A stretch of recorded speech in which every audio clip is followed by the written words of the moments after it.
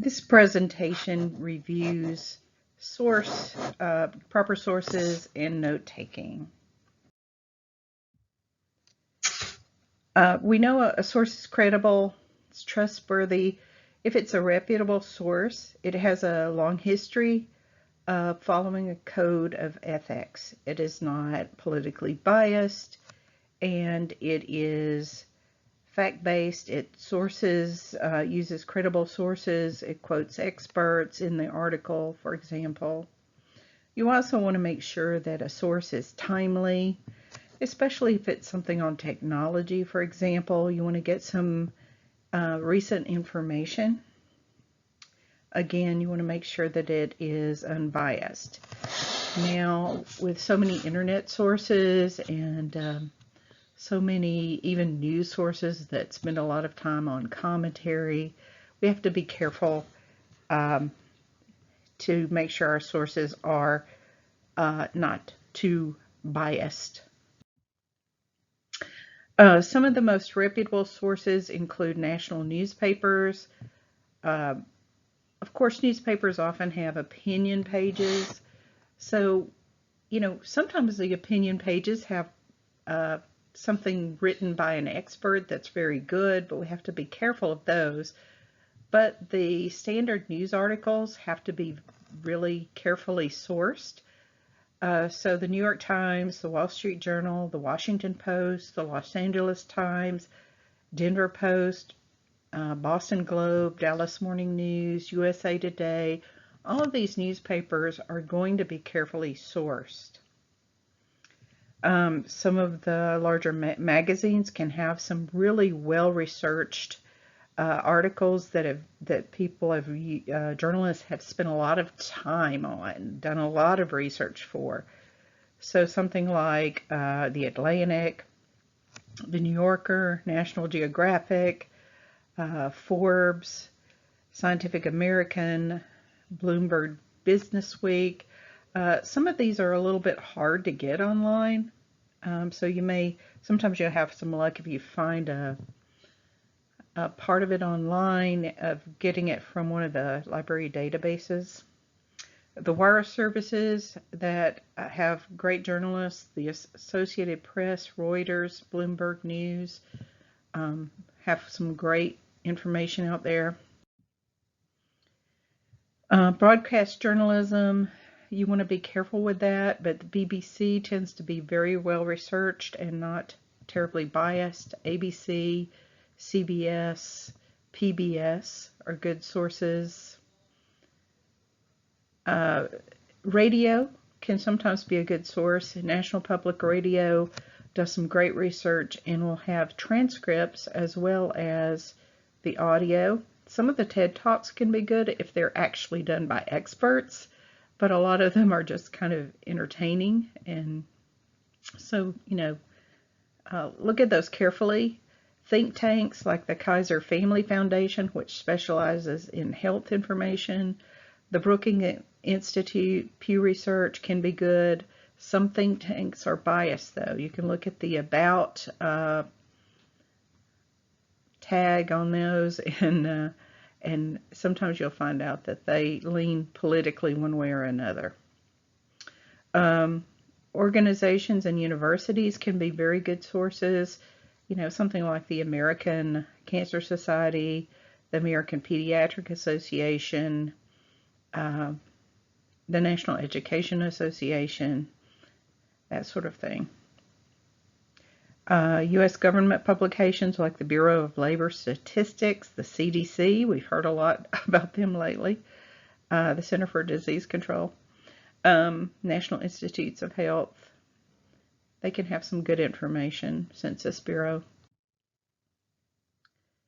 If you run into a story and it seems kind of unusual or you're not sure if it's true, sometimes you can look it up and find information about it on PolitiFact, FactCheck, Snopes.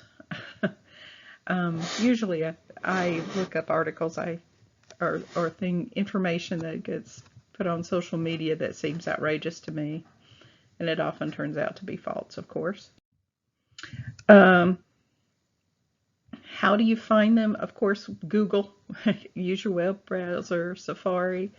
Um, but Columbia State has improved its library website just since we've been out of school. And the link here on this page will take you to Columbia State Library databases. Of course, you have to sign in using the same information you do to check email.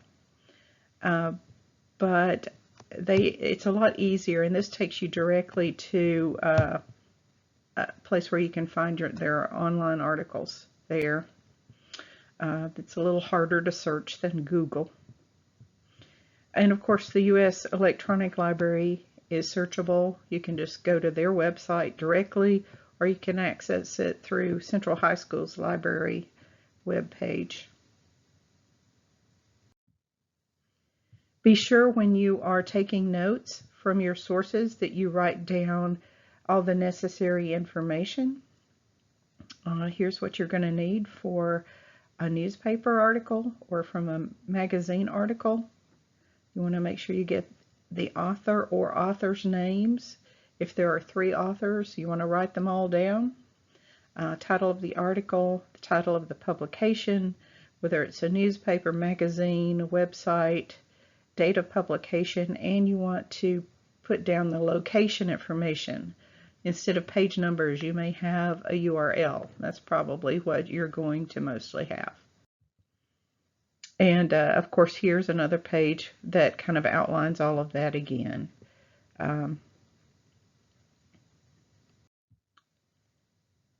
There are some citation makers on the web that are pretty useful.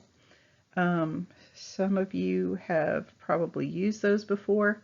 The one here listed at the top is my favorite, Citation Machine. Now, because it's free, it takes you through a lot of steps, and it can be kind of annoying with ads and stuff, but this works pretty well. So go to www.citationmachine.net. It will give you a box where you can put your URL in. It'll ask you to confirm some information, and I think I had to click, I don't know, 4 or 5 times. But eventually it will create your citation for you if you don't want to have to do it yourself. BibMe is another one that's supposed to work.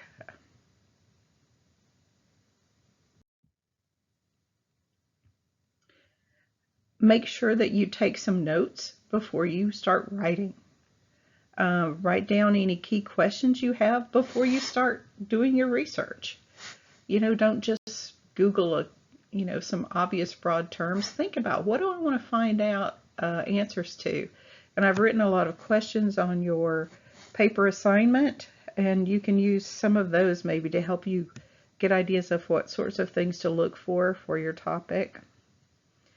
When you find a source that you know you're going to want to take notes from, get that complete citation written down. Make sure that you know which notes come from which source. Be super, super careful about that, because if you get it wrong, you will get a bad grade on your paper, maybe even an F. So make sure you keep all of that straight. Know what you're writing down. Know when it's word for word. Know when you just wrote down, something in your own words. Make a little note. Maybe you'll have a little symbol that you put next to things when it's a quotation. Obviously put it in quotation marks, or when it's in your own words. Even if it's just a short phrase and part of it's in your words and part of it's a quotation, put that part that's a quotation in quotation marks. Here's one method that some people have found helpful for taking notes on sources. They kind of put their citation at the top, and then they have a little bit of a T-chart.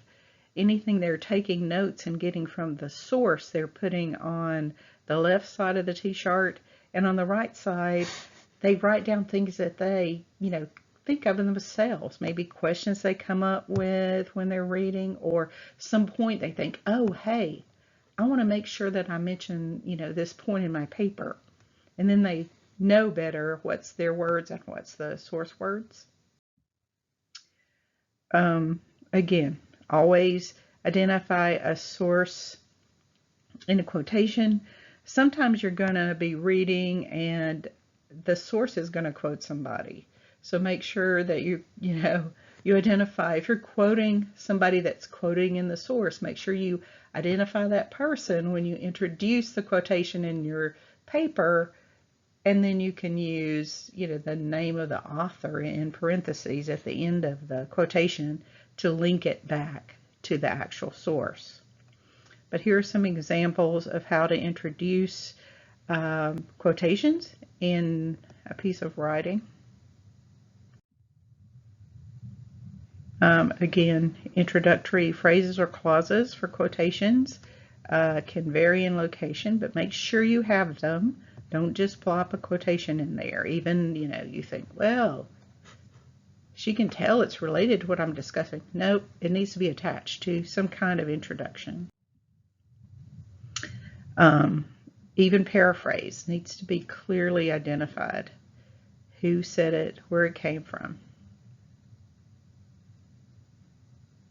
This is some advice on how to paraphrase. Sometimes you kind of, you want to digest that information in your brain and then explain it in your own words. Sometimes putting the information down in different order kind of helps you do that a little bit. Embedded or partial quotations are awesome to use. This is just some kind of review of things that you guys have been doing when you use sources before. So it would be, part of it would be paraphrase, the other part would be maybe a short phrase that's actually quoted word for word, but it also needs to be cited. Here's another example of a full quotation followed by something written that includes just a partial quotation. You can take time to read through the example.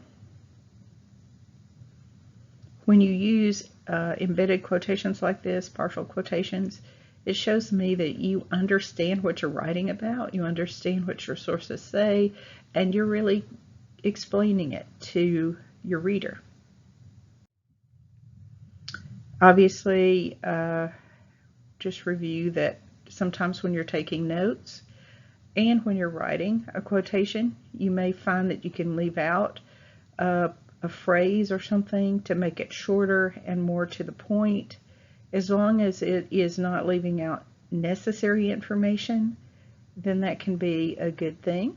So here in my second quotation, I've left out a part that was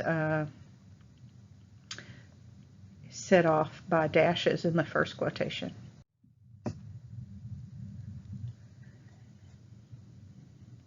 It helps you avoid overly long quotations or information that doesn't directly relate to your point. Use brackets if you need to add information to clarify something. Maybe you're identifying a person's name when you're quoting something that has a pronoun in it, for example. Of course, you don't want to ever add any words or phrases that would change the meaning of what you're writing. Use the brackets to clarify, as I do here. In the original, this statement says, he hoped to bring knowledge to common people. He wouldn't be clear if it's taken out of context of the original source. So you could put the name of the person intended. Benjamin Franklin hoped to bring knowledge to common people. Put it in brackets to indicate that it wasn't there in the original source.